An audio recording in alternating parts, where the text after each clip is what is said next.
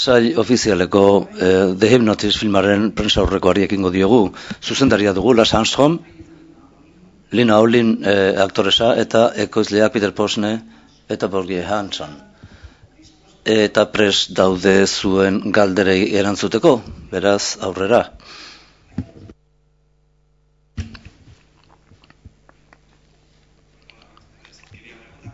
Kaixo, Lars Armstrongi galdetunen nion, zuzendariari galdetunen nion, harrituta egin nau, erregistro aldaketa, ohituta gaude alako tonu fabula antzeko, alegia antzekoa, tolerantzia egindako kantuak, edo film argitsuagoak. Ez dakit zer ikusia duen Eskandinaviako novela beltzaren bumarekin zer ikusia haute duen.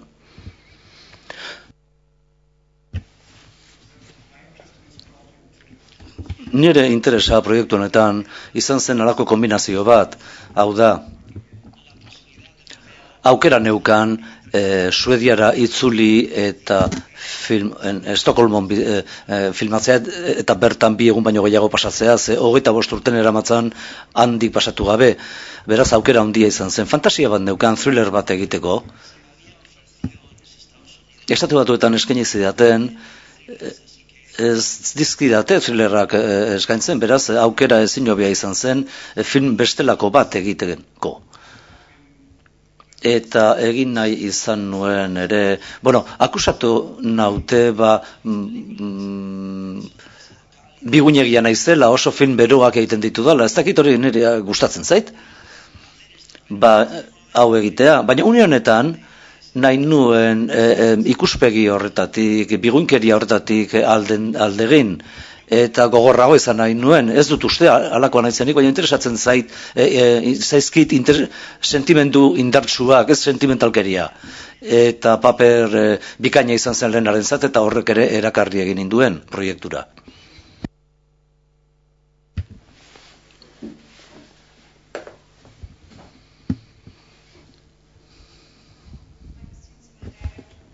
Kaixo, nire galdera zuzendariarentzat da.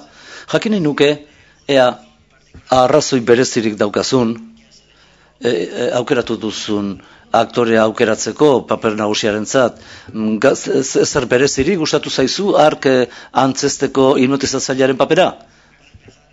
Tira, hasteko nik uste dut Suediako antzesle honena dela.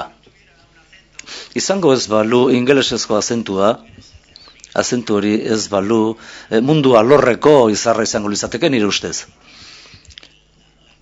Baina begirada dauka, adimena dauka, ahotsa dauka. Kualitate horiek guztiak ditu, hain ongi funtzionatu dutenak paper hau antzesteko orduan. Eta kimika ona du lehenarekin. Orangutan beste film bat ere egin zuten elkarrekin, Erresuma Batuan, eta bazegoen alako kimika ia ukigarri bat. Eta probestu nahi nuen bien artean zegoen kimika hori.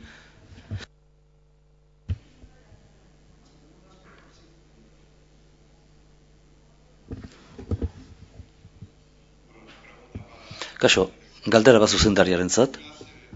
Filma gelditu egiten da, nahiko protagonisten bizitza pribatuan, bizitza hori ez da oso zoriontsua, Eskandinaviako eleberri askok eta film askok erakutsi diguten bezala, eta nire interesatzen zitzaizun alderdi hori erakustearena, zer ezkutatzen den zoriontasunezko fatxada horren atzean.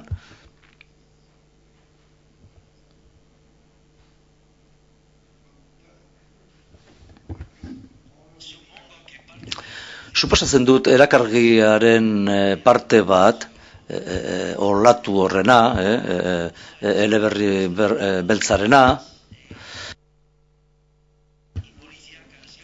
Nik uste dut film hauek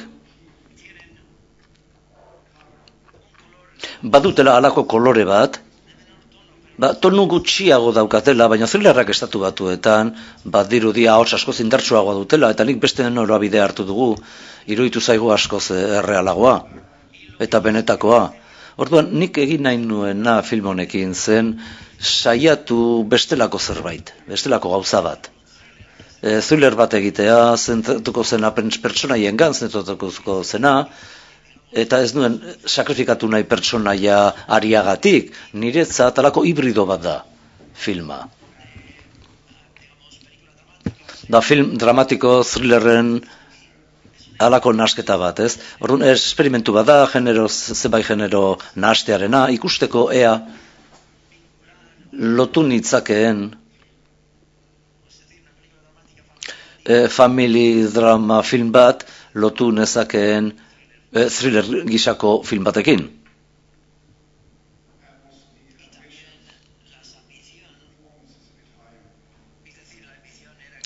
Eta nire nahia zen antzezpenak askoz markatuagoak izatea, egitea improvisazio asko egin genuen, lehenarekiko estenekin, eta Michael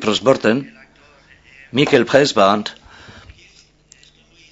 eta oso arronago antzezpen hoietaz, bere bizikoak dira, batez ere genero honen barruan, nahiko nabarmenak dira.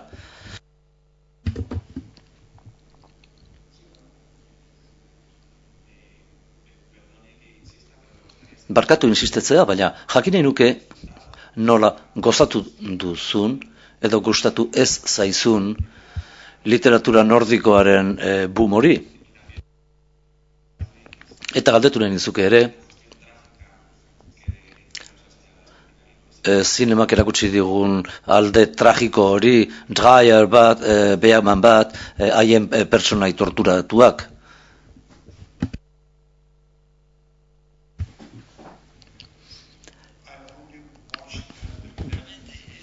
Nik bakarrik ikusi dut Millenniumen seria, egia esan ez dut jarraitu uin hori, bai, beste eleberri batzuenak, edo film beltzenak. Suedian, ni estatu batuetan bizi naiz, eta horren probatu nahi izan dut bestelako genero bat. Bestelako gauza bat probatu nahi nuen, eleberri beltzaren barruan, beste zerbait egin, berritu, nik ambizio asko nituen film honekiko, eta egia esan,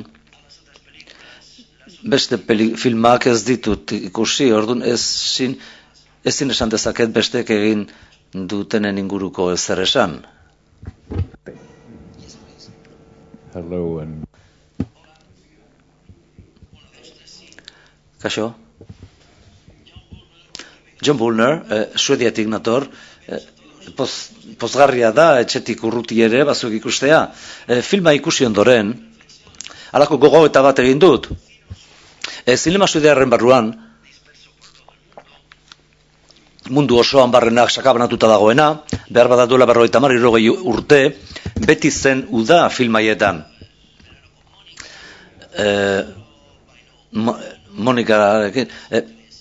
Monikarekiko aingerutan sinesten duzu, halako filmak ez, eta azken 10 urteotan, beti film guztietan da negua, Let the Right Wagon In, esate baterako, eta Millenniumen trilogian ere ez da zehazki uda, baina hemen badago estena bat udakoa ez dena, eta ia ametsaren antzekoa da. Itzegin zenezake pixka bat, denboraltasunaz, suediar zinemaren denboraltasunaz, kasualitatea da, edo oso garrantzitsua da suediar mundua ikuspegi edo klima edo giro hotz batetik erakustearena.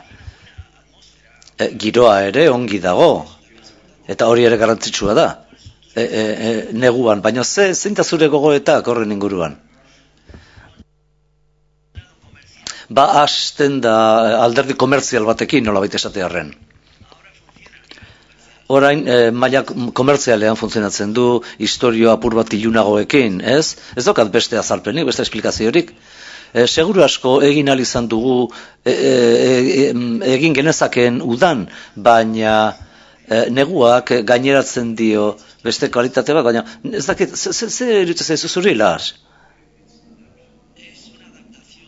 Bueno, hau egokipen bat da, eleberri batena, hori gogoan hartu behar da. Eta nik uste aria benetan familia dela. Eta familia, araz asko ditu, eta nik uste egileek nahi zutela Eguberriaren inguruan, ze hori bai eta familiartasunaren puntu gorena. Nik uste hori zela garrantzitsuena, haientzat ez hainbeste negua deskribatzea, gehiago zan gabonak deskribatzea. Ni nago arrazoi duzuela. Bai, hoxe da. Oso ongi, ados gaude. Eta neguak izugarri irauten du Suedian, eta Suedian ere filmak ekoizti behar dira.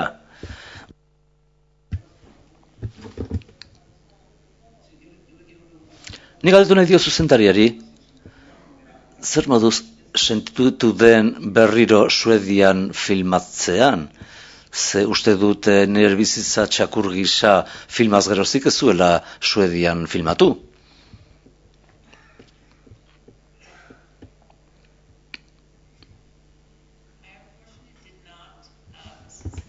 Zoritxarrez, uste galdetu didazu, ea nola sentitzen den Suedian berriro lan eginez, eta batez ere suedieraz, oso ongi dago zure herrialdera itzultzea. Eta aukera izatea berriro ari lotzeko, eta ia 6 hilabete eman ditugu Suedian filmatzen, eta batez ere nirezat, antzezlean izen aldetik, sinestezina da, nire ama hizkuntzan hitz egin ahal izatea bestelakoa delako. Zentzu gehiago du, logikoagoa da, antzezle batek bere hizkuntzan, bere lehen hizkuntzan lan egitea. Olin Andreari galdetu nion, estena dramatikoenaz filmean, semea salbatzearena, nola prestatu zen estena hori, eta nondik ateatzen du batek indarrak alako gauza dramatiko bat antzesteko, naiz eta thriller bat izan.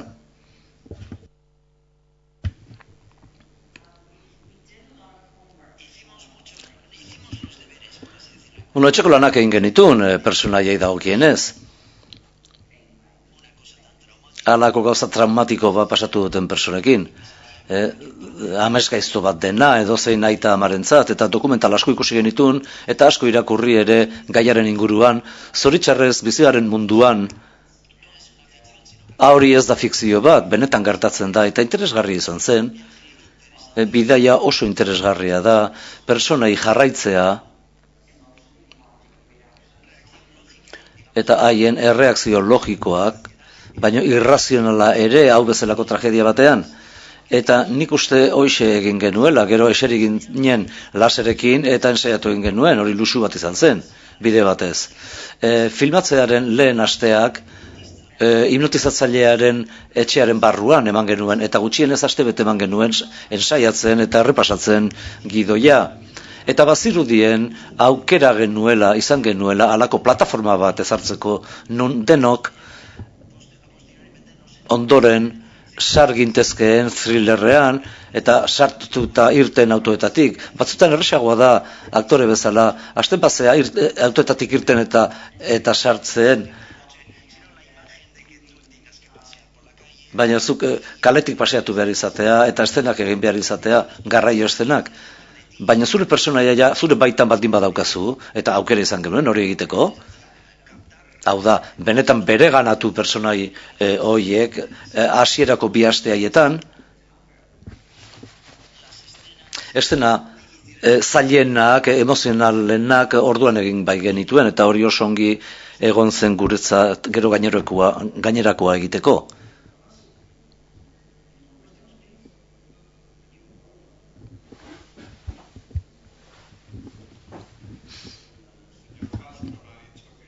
Harson jaunak esan duz pozik itzuli dela Estokolmera filmozera, eta galdetu nion, nola planteatzen duen bere karrera Hollywooden, hainbeste urte Estatu Batuetan daramatzanean, estudioetako jarritako zuzendari gisa edo zinemagile errari baten moduan.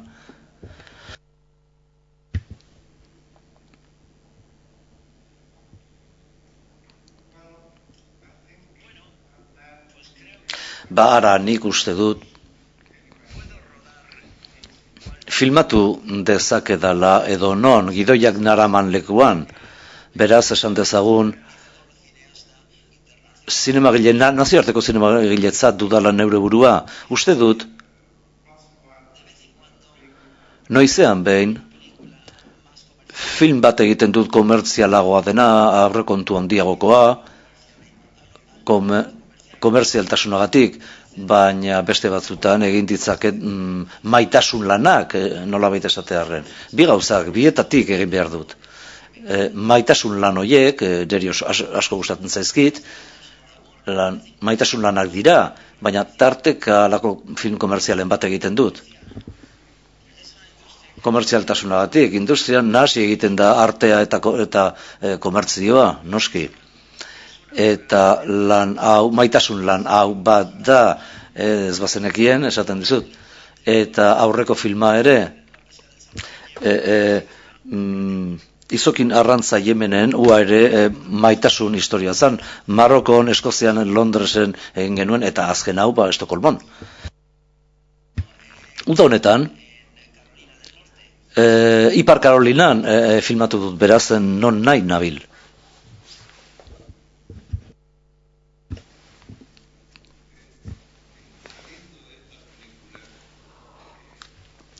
Filmatik irteten zerk eraman zaitu Hachiko japoniarraren remakea egitera, zer bultzatu zintun?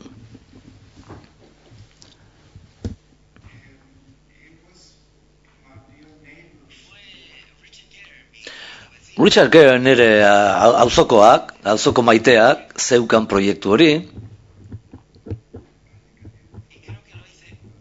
eta uste dut maitasunagatik egin nuela, diodan maitasunagatik, Hopes ere arekin egina nintzen, eta maite dut gizona denaltik eta antzesle denalgatik.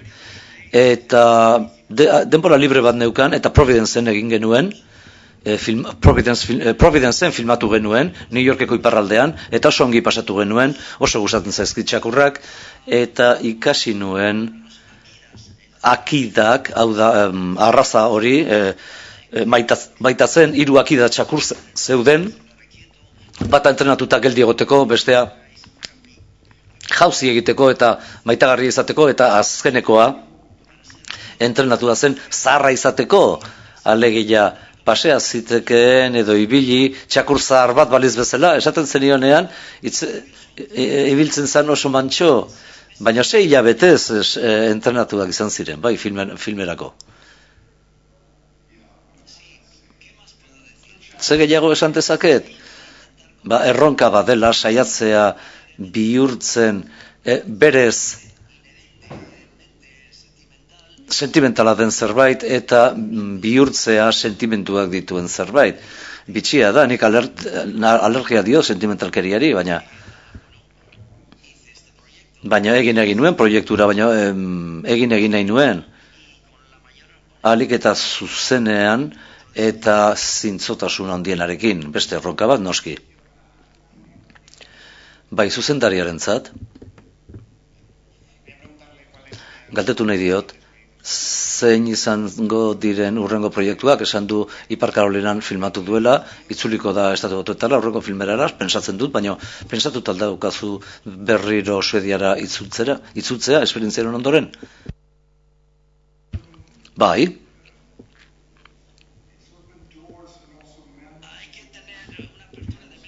Bai, gogoa zabalduta, euki behar duzu, ateak irikita. Ara itzultzeko, eta persona zoragarri hauek ezagutu ditut, eta gogo handiak ditut itzultzeko eta film gehiago egiteko Suedian. Ez daukat plan zehatzik, baina badaude zenbait gauza, orain aztertzen ari garenak, eta lehenbailen itzuli nahi dut beste film bat errodatzeko Suedian, baina une honetan udan egindako filmaren proproduzioan ari naiz. Safe Haven du izena, portu segurua, erromantzea da osagai, thriller osagaiekin, beraz beste nahasketa bat da, beste genero gurutzatze bat. Lanpetuta egongo naiz Gabonak arte proiektu honekin. Duela gutxi esan duzu, alergia diozula sentimentalkeriari, eta filma thriller bat izan da, kostatzen zaiola apur bat urruntzea zure aurreko film batzuen tontik. Eta jakinen nuke ea film honetan, pentsatu duzun, eszenaren bat filmatzen ari zinela, une sentimentalkeriazko uneren bat gertalitekela, eta esan duzula, kontuz, ez hau gogorra goin behar da, serioago, hau thriller bat da.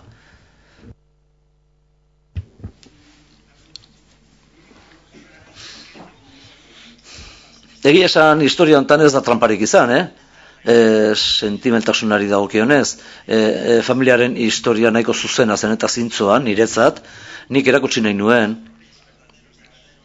eseme bat galtzearen benetako izua eta erreakzioak, ia irrazionalak ematen dutenak, eta hori interesgarri izan zen guretzat. Hau da, zein irrazional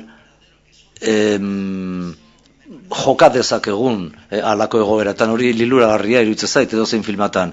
Une horiek bilatu egiten dituzu beti, eta saiatzen zara haiek eskuratzen, ez dut esango ezer egon zenik. Agian, bazegoen beldur bat melodramatikotasunera pasatzeko, baina uste dut lortu genuela gehiegi sartu gabe. Amaiera nahiko indartsua da, ez? Baina sentimentalkeria ez erreala izan zen. Saiatu ginen ahalik eta errealenak izaten, antzezpenetan, eta familiaren erantzunean, baiketa horren inguruan.